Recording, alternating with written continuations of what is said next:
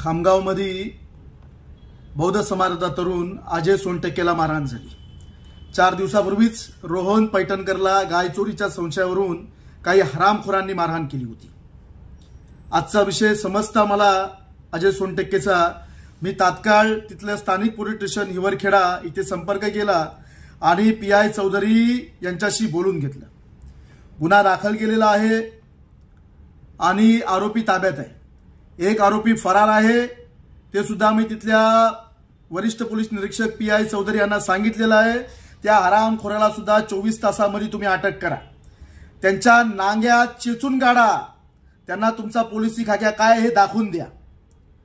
जर सतत त्याच तालुक्यामध्ये अशा प्रकारची जर अन्याय बौद्ध समाजाच्या तरुणांवरती होत असेल, मारहाण होत असेल, तर आम्ही शांत बसणार नाही।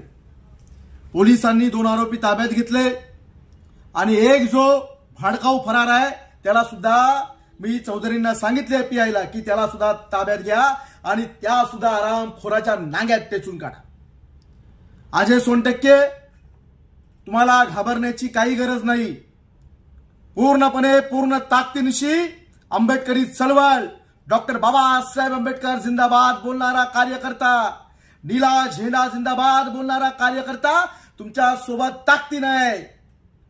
मी स्वतः तिथल्या प्रशासन व्यवस्थेच्या कॉन्टॅक्ट मध्ये आहे। तुम्हाला काही काळजी करायची गरज नाही। जय भीम, जय संविधान, डॉक्टर बाबासाहेब आंबेडकर जिंदाबाद।